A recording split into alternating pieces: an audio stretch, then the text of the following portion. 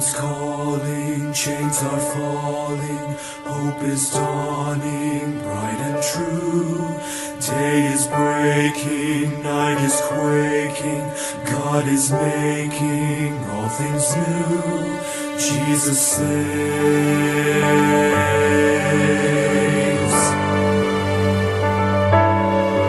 Hear the heart of heaven beating. Jesus saves, Jesus saves. And the hush of mercy breathing. Jesus saves, Jesus saves. Hear the host of angels sing. Glory to the newborn King. And the sounding joy repeating. Jesus saves.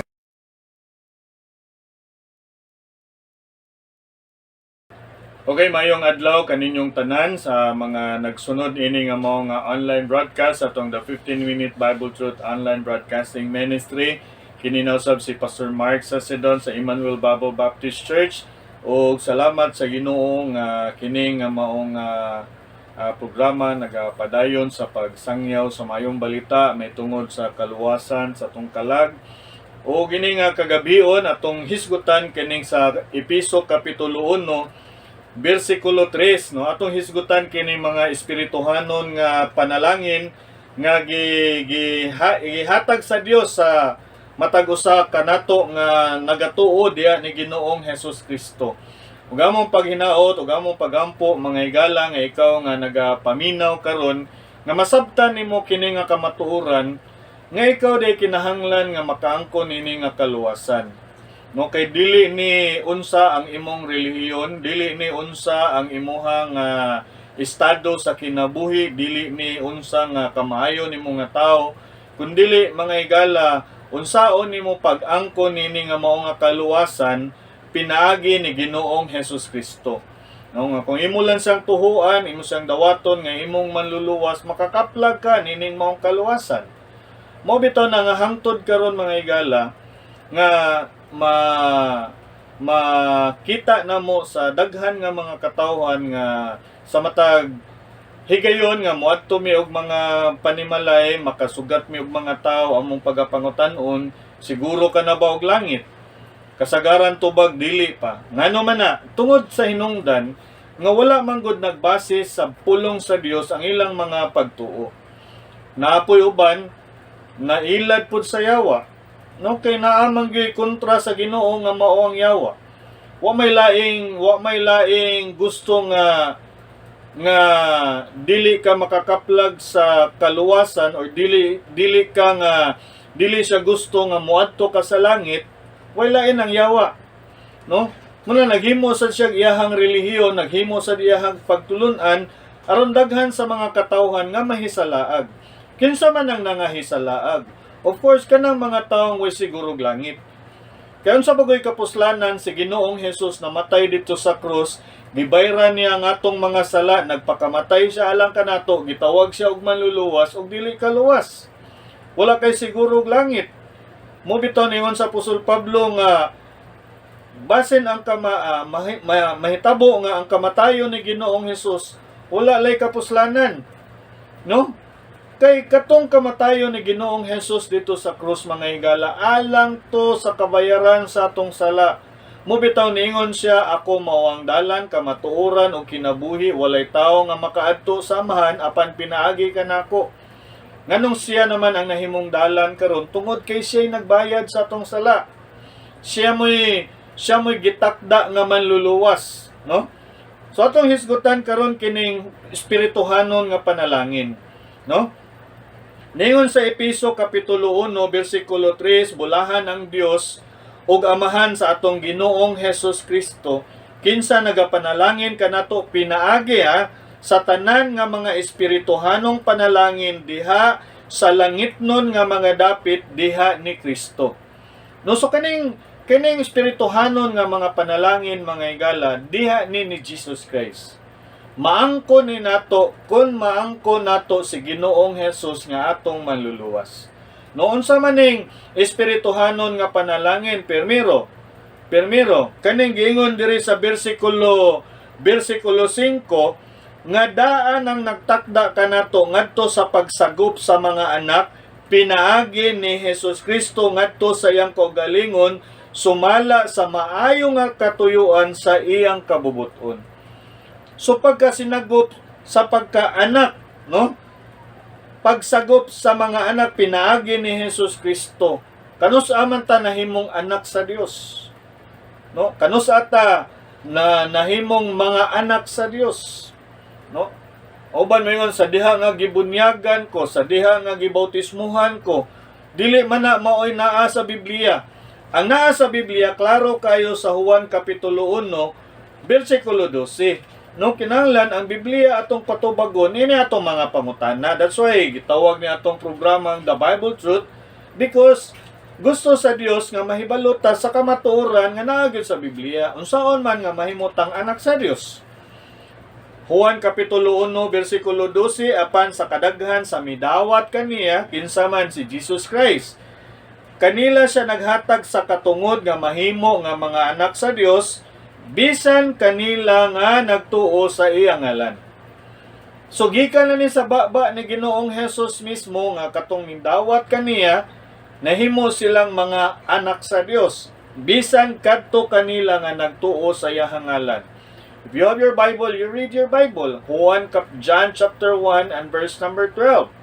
Gani gipamatud-an ni Apostol Pablo sa Galacia kapitulo 3, 26.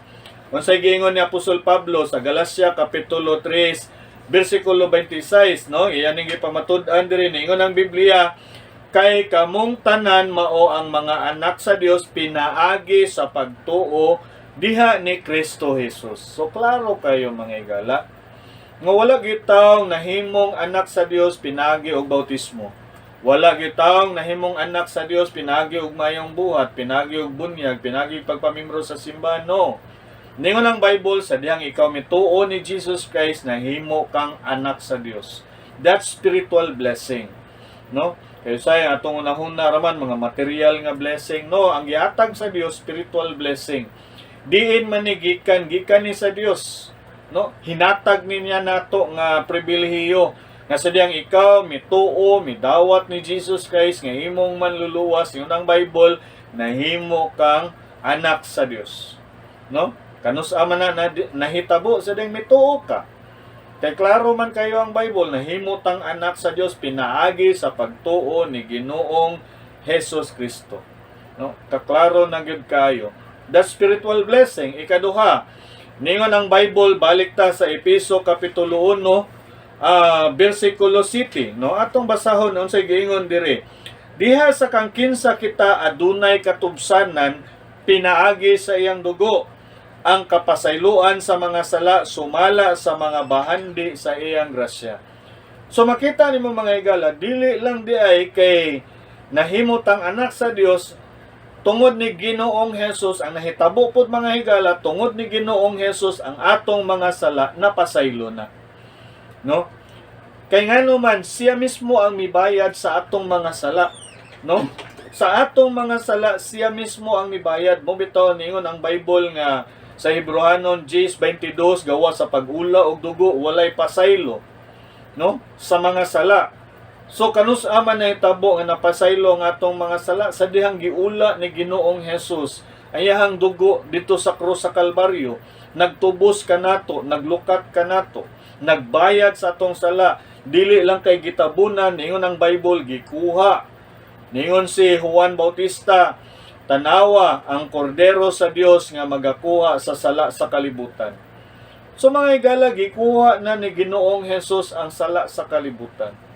Nganong kanus aman nga ang tao mahukman sa silot sa diyang dili siya modawat ni Jesus Christ ngayahang manluluwas. No? Imagine iyahang bugtong anak, iyahang gihatag bayad sa atong sala, anyat dili ka motuo. Unsa may mahimo nga matakda nimo kapungot sa Dios. Tanawa sa Juan kapitulo 3:36. Juan kapitulo 3:36, ngayon ang Biblia gipaklaro sa Ginoo diri aron masabtan nato. Ningon ang Bible, siya nga nagatuo sa anak adunay kinabuhing walay katapusan, ug siya nga wala nagatuo sa anak dili makakita sa kinabuhi, apan ang kapungot sa Dios nagapabilin diha kaniya. No? Kapungot sa Dios, ang mahitabo manggod mga higala, ang dalan sa langit karon walay lain si Ginoong Hesus. Kinahanglan moagi ka ni Ginoong Hesus, imo sang dawaton, imo sang tuhuan nga imong maluluwas aron makaangkon ka nining maong kinabuhing dayon. Apan niyon ang Bible, kung dili ka mutuo kaniya, dili ka makakita ini nga kinabuhi. Apan ang kapungot sa Dios nagapabilin dihan niya. Ngano maglagot man ang Ginoo nimo? Maglagot sa tungod kay iyahang bugtong anak si Ginoong Hesus gibayad sa imong sala, and yet di ka mutuo, musalig niya nga siya may makadaan nimo sa langit.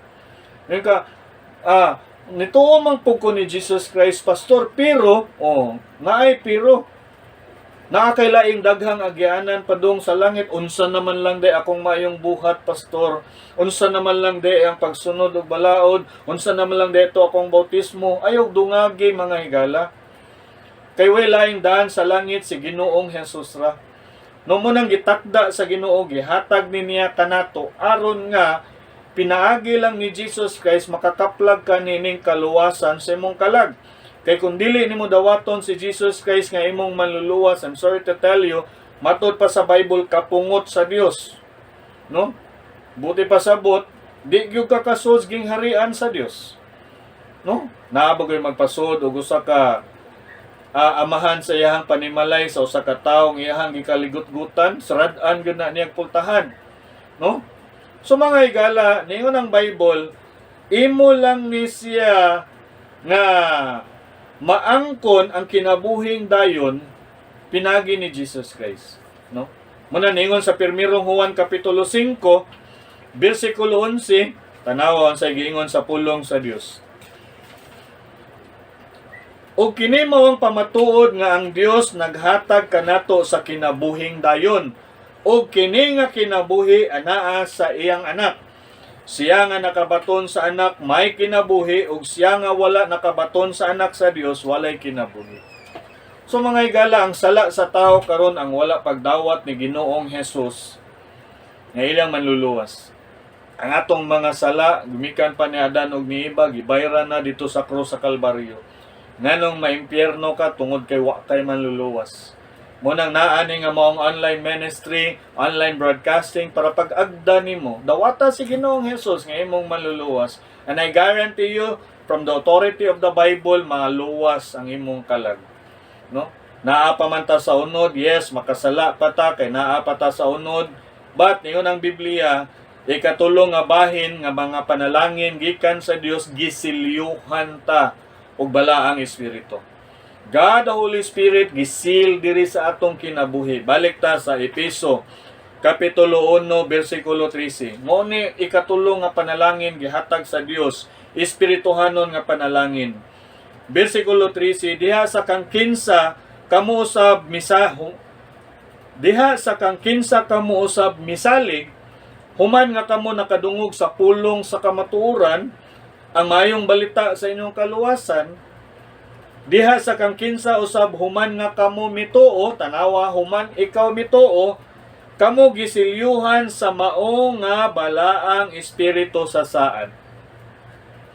God the Holy Spirit gisilyo diha sa imong kinabuhi. Di nakakinahanglan magtawag-tawag niya, come Holy Spirit, because yun ang Bible, sa diyang mituo ka, gisilyuhan na ka og balaang espiritu. No? Unsa may buot ipasabot sa Dios anang pagsilyo sa balaang espiritu, buot ipasabot niya na nga ikaw karon ang imong kinabuhi iya na sa Dios. Naanay tag-iya nimo, no? Tanawa ra gud sa 1 Korinto Kapitulo 6, 1 Korinto Kapitulo 6, versikulo 19, no? Atong susihon sa Biblia. So if you have your Bible, you may open your Bible, no, para makat-on ka. 1 Korinto 6:19, unsa, wala ba kamo nahibalo nga inyong lawas mo ang templo sa balaang espiritu nga anaa kaninyo, nga inyong nabatonan gikan sa Dios, ug kana dili sa inyong kaugalingon, kay kamo gipalit na pinaagi sa usa ka bili.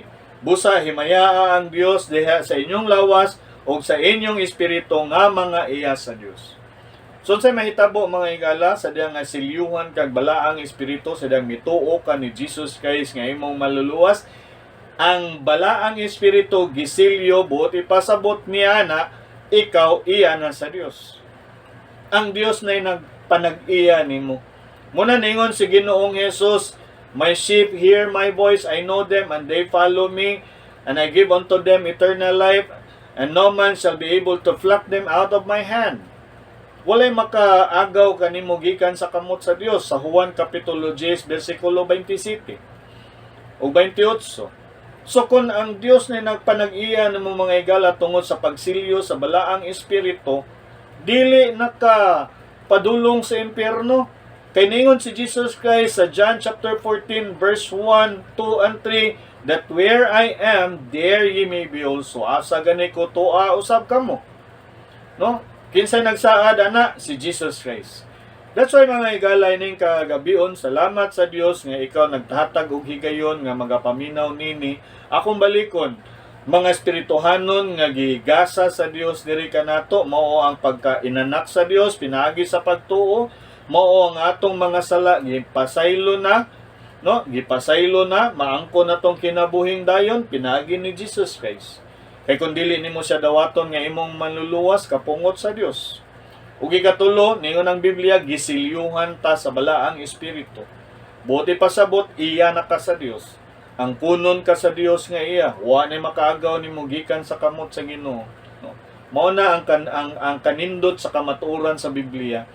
Ug sayri ni mga higala, kung naa kay Biblia, basahan ni, naa kay higayon, basahan ni siya, aron nga imo ni siyang makuha sa imong kinabuhi nga usa ning adlaw mo desider ka nga imong dawaton si Ginoong Hesus nga imong manluluwas. Ug salamat sa Dios ining kaadlaw karon, ug hinaot ko nga sa sunod nga higayon imo na usab pamalandungan kuyog namo ang kamatuoran diri sa Biblia. Kini na usab si Pastor Mark sa Sidon sa Emmanuel Bible Baptist Church, naata diri sa Bagong Daan, Liloan, ug naapod ta sa Kasanta Suong Mactan, Lapu-Lapu. Ug daghang salamat, maayong adlaw kaninyong tanan, ang Dios magpanalangin. Kung ikaw nagatuo sa pulong sa Dios mahitungod sa kaluwasan, pagampo ani nga inampuan, Ginoong Hesus, usa ako ka makasasala ug dili angayan sa langit. Salamat sa imong kamatayon didto sa krus alang sa kabayaran sa akong sala. Pasaylo ako sa akong mga sala ug akong angkunon si Ginoong Hesus nga akong manluluwas. Pasudla si Ginoong Hesus sa akong kasing-kasing kay gusto kong malangit. Sa ngalan ni Ginoong Hesus Kristo. Amen.